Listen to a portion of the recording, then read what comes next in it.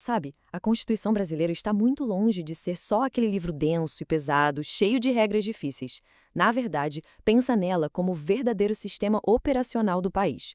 É literalmente o projeto arquitetônico fundamental que dita exatamente como a nossa engrenagem funciona, desde as maiores instâncias de poder do Estado até os direitos essenciais do nosso dia a dia. O objetivo dessa nossa análise hoje é justamente destrinchar essa estrutura complexa e entender de um jeito bem claro as bases que formam a República Federativa do Brasil. Então, bora mergulhar nisso. E essas cores aí, o verde, amarelo e azul da bandeira, capturam perfeitamente a essência patriótica de tudo isso. A nossa Constituição, que foi originalmente promulgada lá em 5 de outubro de 1988, e claro, vem sendo atualizada por emendas de lá para cá, é a verdadeira espinha dorsal que sustenta toda essa identidade nacional e a nossa ordem democrática. E para nossa jornada fazer sentido, a gente vai passar por 6 pontos-chave: princípios fundamentais, direitos e garantias, direitos sociais e trabalhistas, direitos políticos e partidos, a organização do Estado e, por último, a administração pública. Começando pela seção 1, princípios fundamentais. O projeto filosófico, basicamente os ideais do país antes mesmo de criar qualquer lei específica. E tudo começa com essa premissa essencial do artigo 1º. Olha só, todo o poder emana do povo, que o exerce por meio de representantes eleitos ou diretamente. É uma frase forte, né?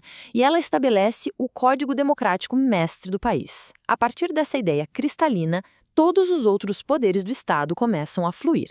É a garantia de que a soberania mora desde o primeiro segundo nas mãos da população. E essa soberania ganha vida em 5 pilares práticos: a própria soberania, a cidadania, a dignidade da pessoa humana, os valores sociais do trabalho e da livre iniciativa e o pluralismo político. É fascinante notar o equilíbrio do texto aqui. A Constituição coloca com o mesmo peso de importância o valor do trabalho e a garantia da livre iniciativa.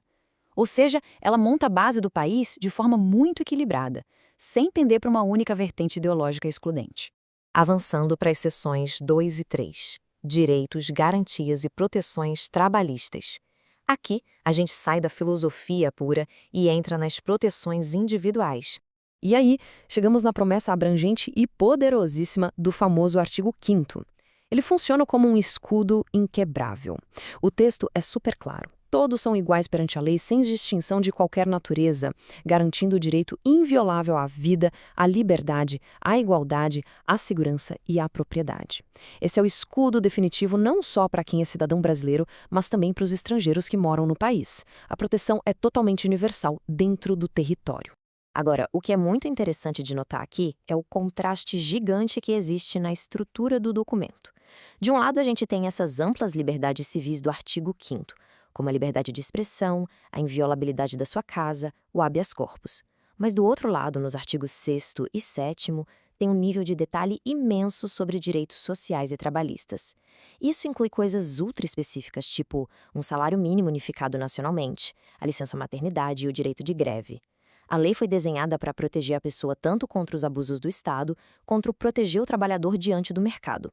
Indo para a seção 4, direitos políticos e partidos. A mecânica de como a gente interage com o sistema.